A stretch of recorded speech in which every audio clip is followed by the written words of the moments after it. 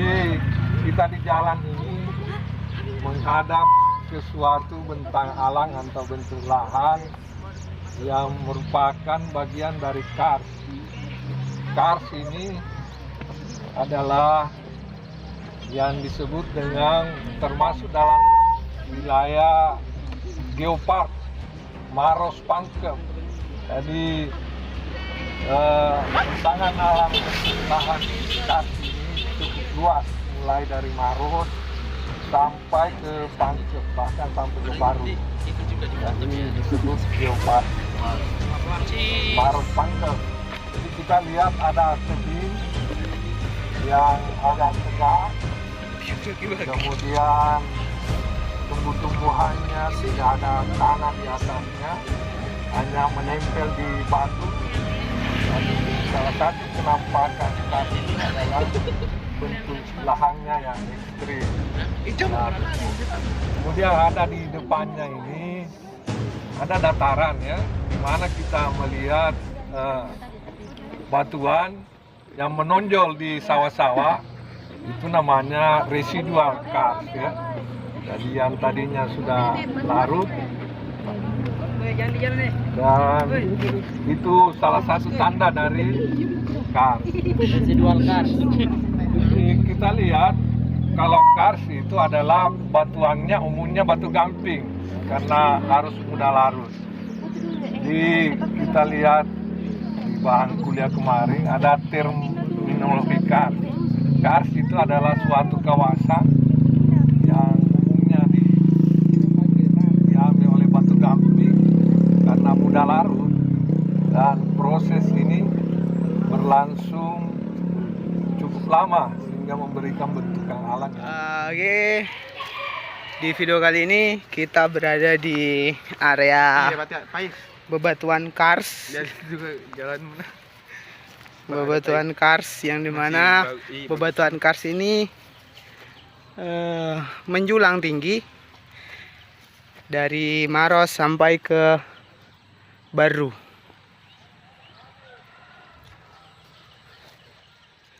Saat ini kita sedang mencoba untuk mendekati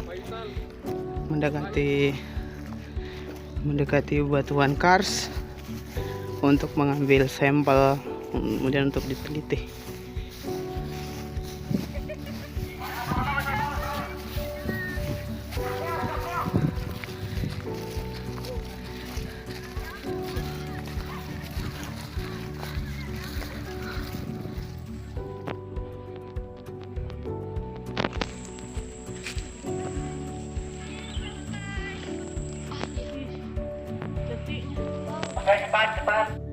Ini secara detail kita bisa melihat ada mata air, dan ini mata airnya permanen, tidak kering kalau musim kemarau.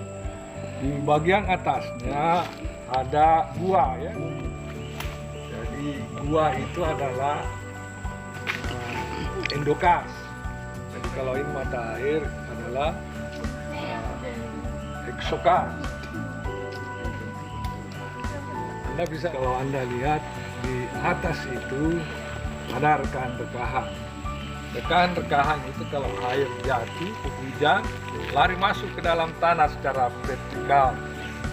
Dan ini menghasilkan mata air, kemudian ada batuan yang larut sehingga mengkristal, kemudian itu menetes ya, menggantung. Kemudian kadang-kadang juga bagian bawahnya ada balasan lagi tumbuh ya, rekristalisasi. Kemudian di bagian dalam gua itu juga ada namanya flow stone, jadi aliran rekristalisasi. Dan ilmu yang mempelajari gua itu disebut speleologi. Apa? Speleologi. Apa? Speleologi. Speleologi. Ya. Jadi ilmu tentang gua itu ada 18 kenampakan yang bisa dilihat kalau guanya sempurna di dalam. Sampai ada kita bisa lihat kristal-kristal kalsit yang bening. Bukan kenampakan. Jadi salah satu ciri khas itu daerah Kars itu adalah tandus ya. Tandus dalam arti tidak ada sama dengan ini. Cuma karena dia larut ya, sehingga membentuk dataran begitu yang bisa dijadikan pertanian. Kemudian ini masih resisten, masih tonjolan bukit yang ada seperti kerucut, kemudian ada yang seperti pilar-pilar, dan kita melihat di sawah-sawah itu adalah sisa-sisa pelarutan dari gunung ini yang disebut dengan bentuk residual dari exokars. Jadi kalau kita lihat kars itu ada dua, ada ekso, ada endo.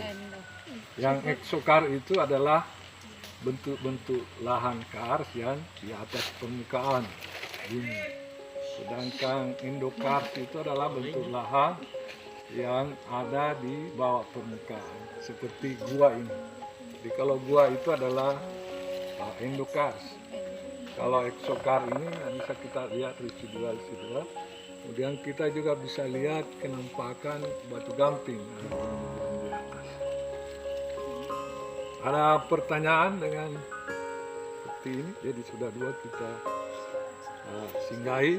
Satu tadi adalah kenampakan suatu kawasan kars, dan ini adalah ada eksokar, ada endokars.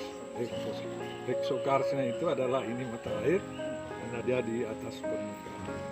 Kemudian di bagian atas adalah endokars. Saya kira begitu. Ada yang mau ditanyakan? Ya. Kan yang ini kars hanya ada di Maros Pangkep untuk daerah segini. Kenapa tidak ada di Bone, Pak? Baru pertanyaan kedua, Pak. Kan ini dari laut tuh, Pak. Dari laut. Kemudian kenapa ada yang lukisan purbakala? Ya. Di leang-leang. Saya pertama dulu ya. Jadi kars itu tersebar. Kalau pernah Anda ke Toraja, lihat kuburan-kuburan batu itu kars juga.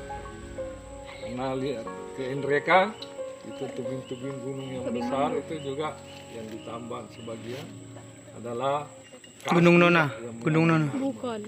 Bukan Nona. Kemudian Anda pergi ke Bone, ada di Tacipi itu gunung-gunung. Oh, yang di anu. Ya, gunung-gunung seperti onggokang itu ya. Jadi Hai. Enggak ada memang di apa namanya? Sempalabu. Iya, Sempalabu. Kenapa bilang tidak ada? Maksudku kenapa tidak seluruh begitu? Jadi sebagian Hanya di situ, besar. Jadi kemudian ini terbentuk di laut. Bagaimana prosesnya ada di darat. Jadi ada peristiwa tektonik atau orogenesa ya, pengangkatan. Jadi Anda bisa yang tadinya kedalaman 200 meter, kita berdiri di atasnya. Tapi proses terbentuknya ini ada pengangkatan, ada orogenesa ya. Ini formasi Tonasa sudah 2 kali. Jadi terangkat baru turun lagi. Sekarang naik lagi. Dan ditutupi oleh sedimen-sedimen yang dari Gunung Api Cambar. Di bawahnya ini ada namanya formasi Malawa yang mengandung batu bara. Jadi kalau kita bor ini pada kedalaman kira-kira 100 meter kita Di bawah sini? temukan batu bara dan tanah liat. Tanah liat itu yang ditambang oleh semen Tonasa, dijadikan semen, kemudian batu baranya juga pernah diambil, dijadikan bahan-bahan. Ada yang lain mau ditanyakan?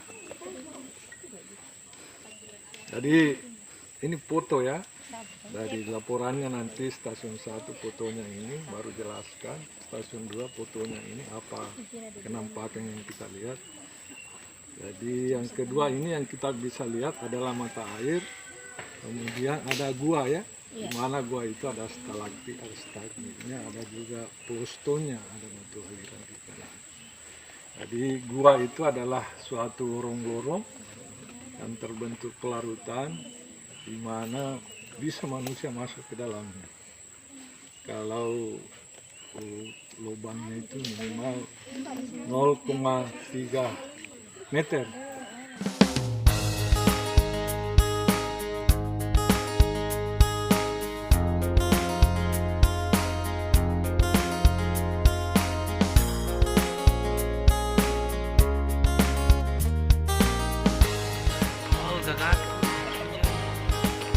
Saat ini kita berada di tempat dimana pertambangan batu marmer. Ya dan nano. Ya, silakan kumpul ya. Kita sekarang berada di jalan pertambangan masuk ke PT Bosowa Mining. Ini ada pertambangan marmer tapi sudah ditutup karena produksinya tidak begitu baik. Pertambangan PT Bosowa Mining. Ya, saya kira 50 meter ke depan ini mungkin akan ditambah. Tadi kita lihat juga ada balok-balok ya, yang potongan marmer di sawah itu kualitasnya lebih bagus daripada yang di atas. Cuma itu ditinggalkan juga karena tidak begitu laku ya. Ketiga Puang. Jadi silakan lihat ya GPS ini diplotin. Jadi proses pembuatan marmer ini dulu ya, saya kebetulan juga ikut dulu di sini. Di Jalan atas gunung menuju itu pertambangan PT Bosowa Mining. potong-potong pakai wire dari intan ya. Nah, kemudian potongan-potongan itu runtuh, kemudian dipotong-potong lagi balok sebesar bisa 1 kali 2 meter. Dan itu nanti di bawah di gedung situ dipotong, dijadikan slab ya. Dan kemudian dipoles. Dan ukurannya disesuaikan dengan order. Jadi ada tergantung 45 kali 45, 30 kali 30. Di produknya itu ada beberapa dipakai di Makassar. Jadi Anda bisa lihat ada gunung, itu adalah bentuk residual karst yang merupakan bagian dari batu gamping ini yang menonjol, tidak tererosi, sedangkan di bagian bawah ini tererosi sampai pada kedalaman tertentu dia tinggal residual. Jadi batu gamping itu seperti Anda lihat ini adalah batu dan juga spesifik, tidak seperti batu lain. Kalau kita pukul biasanya warnanya putih abu-abu dan di dalamnya itu ada biasa fosil-fosil foraminifera atau molluska. Fosil Pak? Ya, bisa kau ambil itu batunya satu. Di cara mengenal ini batu gamping, kita gunakan HCl, larutan HCl. Kita tetesi itu di permukaannya akan berbuih. Itu karena ada gas CO2 yang lepas dari itu kena hasil air keras. Di batu gamping itu akan retakan.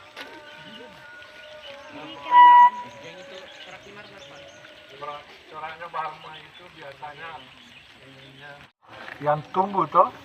Kemudian di sampingnya itu ada tererosi baru terendapkan kembali, itu yang membentuk lapisan-lapisan bioherem dan biostrom.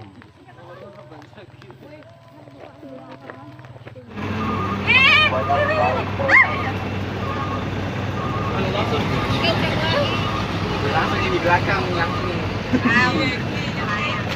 Sampingnya diambil di sawah, jadi kedalaman. Tapi itu lebih bagus kelihatannya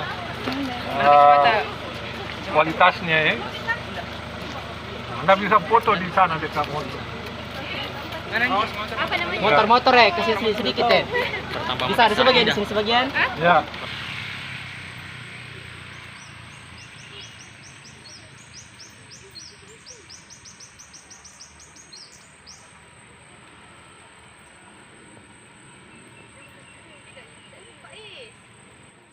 Ada pertanyaan? Astaga. Kita lanjut. Yang beli ada pertanyaan. Nanti teleponnya harga penting.